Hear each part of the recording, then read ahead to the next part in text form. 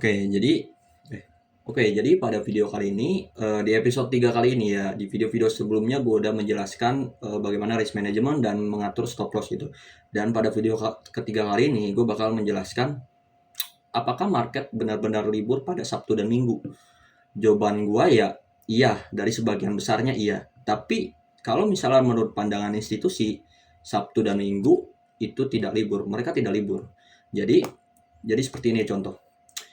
Pernah ngelihat gak sih atau mungkin mendengar membaca berita kalau misalnya hari Sabtu dan Minggu pasti suka ada news-news yang muncul gitu, sentimen-sentimen berita yang muncul pada weekend gitu, kayak contoh tarif dari Trump itu munculnya ketika weekend aja gitu, jadi ngebuat kita tuh pengen trade ya, jadi tunggu hari Senin. Nah tapi institusi berbeda cara mainnya, jadi ketika market itu tutup pada Sabtu dan Minggu dan newsnya itu keluar ya pada Sabtu dan Minggu ya, entah itu tarif atau apapun, mereka melakukan transaksi yang namanya transaksi secara private gitu dari perusahaan antar perusahaan gitu.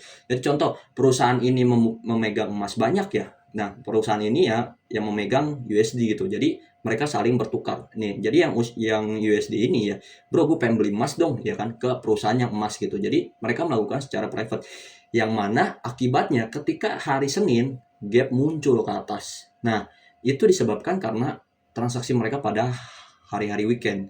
Nah, jadi itu tujuannya apa ya? Seperti itu. Jadi mereka itu nggak mau kehilangan profit gitu. Jadi kalau misalnya kalian ngelihat gap pada hari Senin itu institusi, karena mereka itu transaksi secara private gitu. Jadi antar perusahaan dan perusahaan gitu. Jadi ya itu mungkin salah satu yang disembunyikan kepada retail ya, bukan disembunyikan tapi mungkin retail itu kurang belajar mengenai seperti ini, hal-hal seperti ini. Tapi di channel gua itu gua menjelaskan semuanya gitu, dari yang tersembunyi atau mungkin yang kalian belum tahu gua jelasin semuanya di sini.